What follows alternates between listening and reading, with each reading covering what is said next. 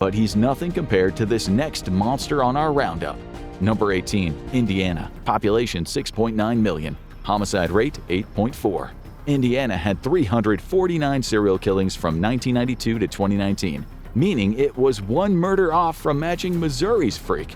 The most infamous of all of Indiana's killers is Herb Baumeister, an unassuming man who murdered 11 to 24 or more men from 1980 to 1995, picking his victims up mainly from gay bars. He lived a double life as his body count rose, being involved in two different series of killings, the I-70 stranglings and the Fox Hollow Farm murders. Baumeister killed himself after finding out a warrant was out for his arrest, so our knowledge of why he committed his crimes ends there. Let's head away from the sea and into the mountains. Number 16. Tennessee. Population 7.1 million. Homicide rate 11. This state saw an upsetting 208 serial killings from 1992 to 2019.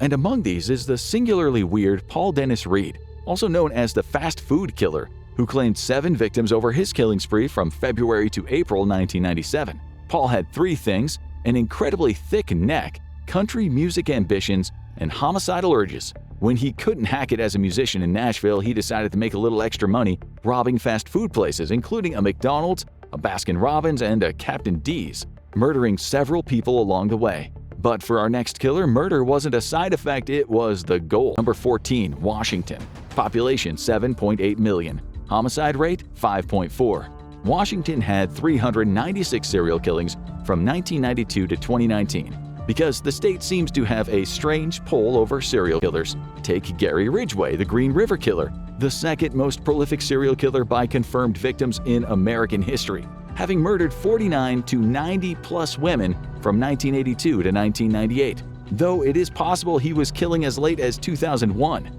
Ridgway strangled his victims, most commonly sex workers or runaways, before dumping their bodies. Our next diabolical killer wasn't so lucky. Number 7. Illinois. Population 12.5 million. Homicide rate 10.9.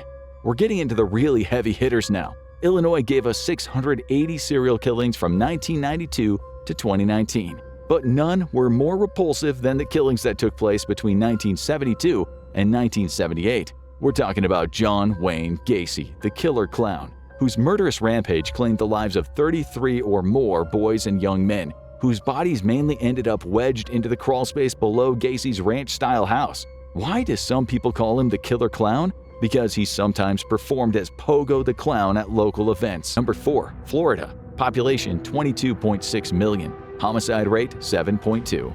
Here we enter the top 5 states where you're most likely to be killed by a serial killer.